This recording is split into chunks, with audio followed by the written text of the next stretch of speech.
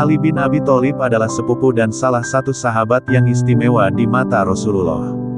Selain beliau tinggal langsung bersama Rasulullah, dia juga seorang pemberani yang pernah menggantikan posisi tidur Rasulullah di saat hijrah dan juga seorang mujahid perang yang gagah. Sementara Fatimah, putri Rasulullah yang taat, penyayang, dan sangat peduli pada Rasulullah, selalu ada di samping ayahnya dalam setiap kisah perjuangan sang ayah membumikan nilai-nilai Islam di tengah kafir Quraisy. Ali sudah menyukai Fatimah sejak lama. Kecantikan putri Rasulullah ini tak hanya jasmaninya saja, kecantikan ruhaninya melintasi batas hingga langit ketujuh. Kendalanya adalah perasaan rendah dirinya. Apakah mampu ia membahagiakan putri Rasulullah dengan keadaannya yang serba terbatas? Demikian kira-kira perasaan yang ada pada Ali saat itu.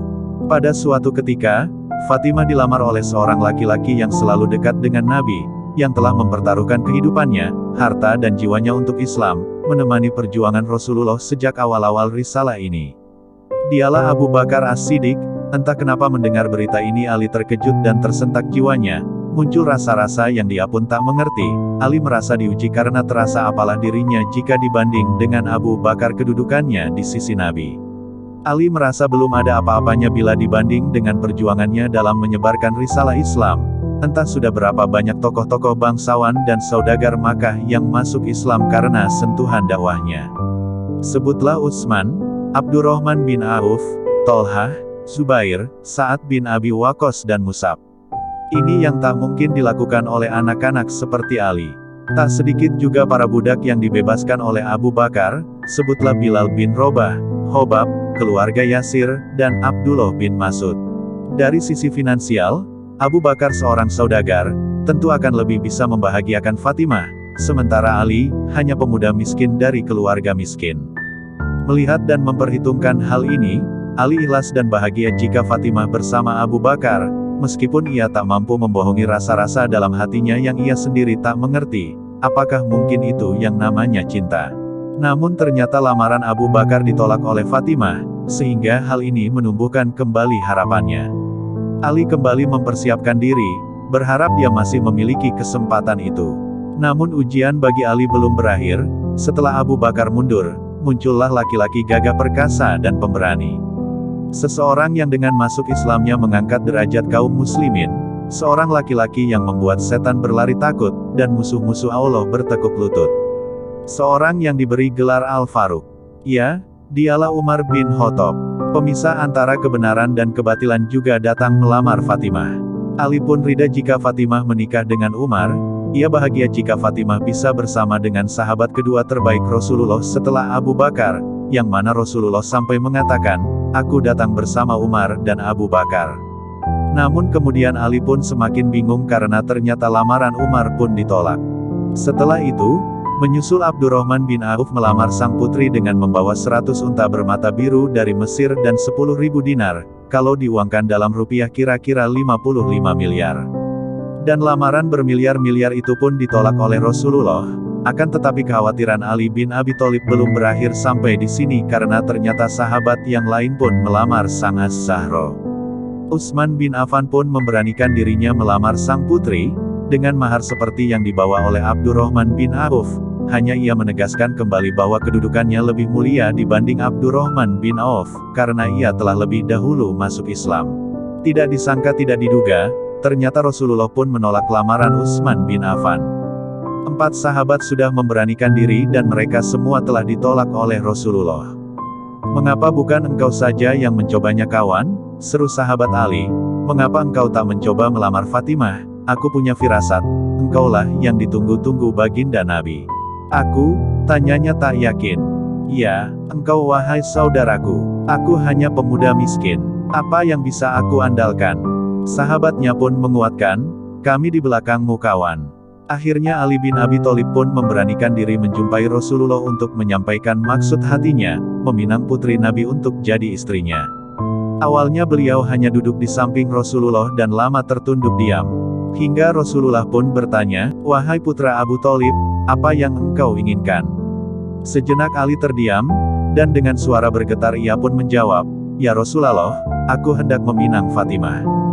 Mendengar jawaban Ali ini, beliau tidak terkejut. "Bagus, Wahai Ibnu Abi Tholib, beberapa waktu terakhir ini banyak yang melamar putriku, tetapi ia selalu menolaknya, oleh karena itu, tunggulah jawaban putriku.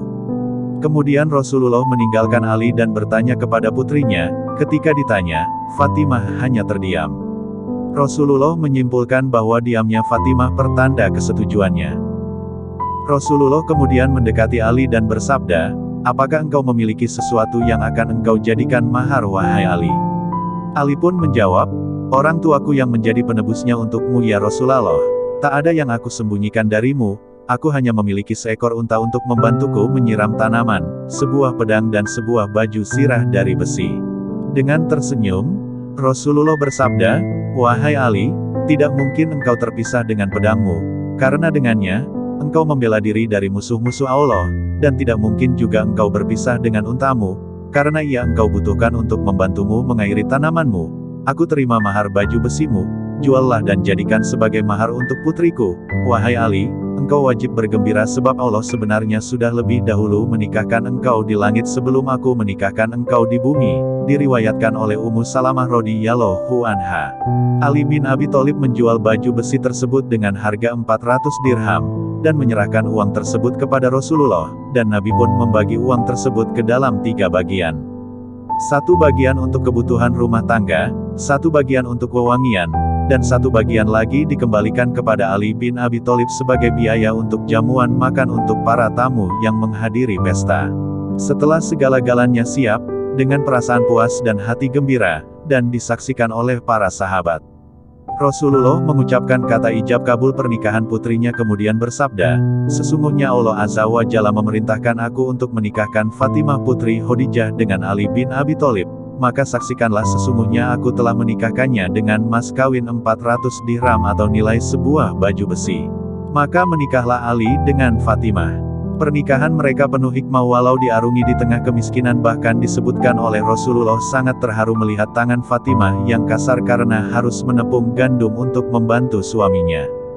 Dan malam harinya setelah dihalalkan oleh Allah, terjadilah dialog yang sangat menggetarkan. Dalam suatu riwayat dikisahkan bahwa suatu hari setelah keduanya menikah, Fatimah berkata kepada Ali, maafkan aku, karena sebelum menikah denganmu, aku pernah 1 kali merasakan jatuh cinta kepada seorang pemuda, dan aku ingin menikah dengannya. Ali pun bertanya mengapa ia tak mau menikah dengannya, dan apakah Fatimah menyesal menikah dengannya. Sambil tersenyum Fatimah menjawab, pemuda itu adalah dirimu. Subhanallah, itu adalah pujian terbaik dari seorang istri yang bisa membahagiakan hati suaminya. Ali dan Fatimah saling mencintai karena Allah, mereka mencintai dalam diam, menjaga cintanya, dan Allah satukan dalam ikatan suci pernikahan. Semoga kita dapat mentauladani peri kehidupan anak dan menantu Rasulullah ini.